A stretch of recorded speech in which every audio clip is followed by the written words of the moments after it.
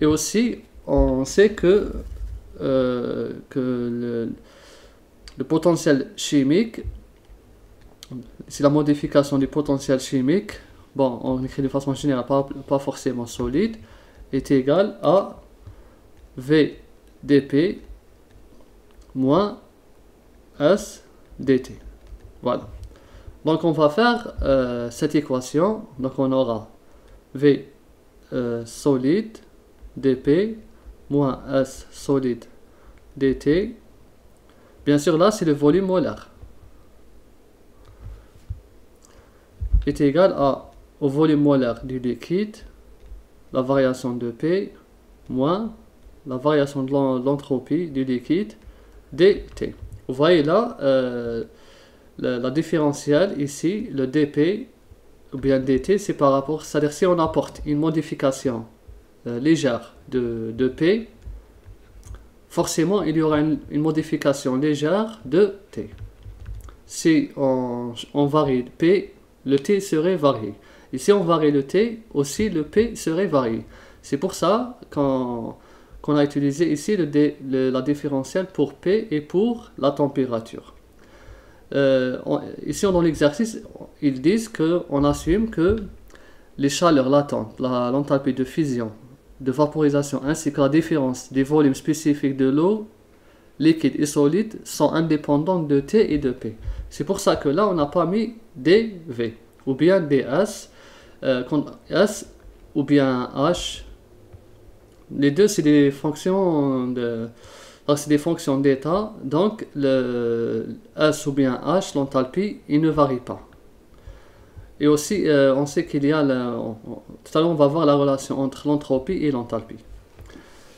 Donc là, qu'est-ce qu'on va faire? On va prendre, puisque ça va être V liquide, puisque l'état final ici, c'est le liquide, donc on a le solide vers le liquide. Donc on va faire V liquide moins V solide, comme ça, dP est égal à S liquide moins S solide dt. Et là, c'est quoi? C'est juste delta V. dP est égal à delta S, l'entropie, la variation de l'entropie du système, dt. Ensuite, on va écrire cette relation dP sur dt est égal à delta S sur delta V. Et bien sûr, on sait que la relation, on sait que l'entropie n'est autre que l'enthalpie sur T. Donc, on va remplacer ici, on aura dP sur dt est égal à delta H sur T delta V. Là, c'est la relation de Clapeyron. La relation de Clapeyron. Donc à partir de cette équation, elle va, on l'utilise, c'est cette équation qui nous aide, c'est-à-dire qui va nous indiquer la variation de la température ou bien la variation de la pression. C'est-à-dire si je varie la température, comment la pression va être variée, ou l'inverse, si la pression va varier, comment la température va être modifiée. L'enthalpie et la différence des volumes spécifiques sont inchangées, c'est des constantes.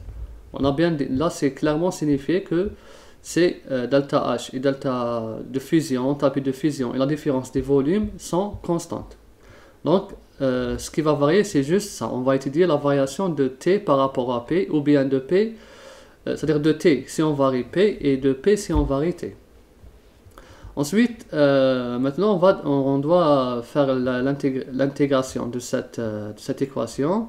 Donc, on va simplifier. On va mettre dP sur... bon, je vais faire directement. dP est égal à delta H sur delta V dt sur T. Comme... là, bon, je vais faire l'intégration. Donc ici, je vais faire de P1 à P2 et là de T1 à T2 parce qu'on a dt. Comme le dA sur dV, c'est des constantes. ils sont indépendants de la variation. Donc là, je vais écrire aussi ça. Ici de fusion sur la différence du volume. Je vais écrire fusion.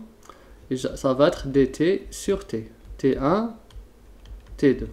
Bien sûr, ici, P1 est égal à une atmosphère. Et T2, plutôt T1, est égal à 0 degré Celsius. Et T égale, bon, plus 273,15 Kelvin. Donc ça donne 273,15 Kelvin. Voilà la température 1.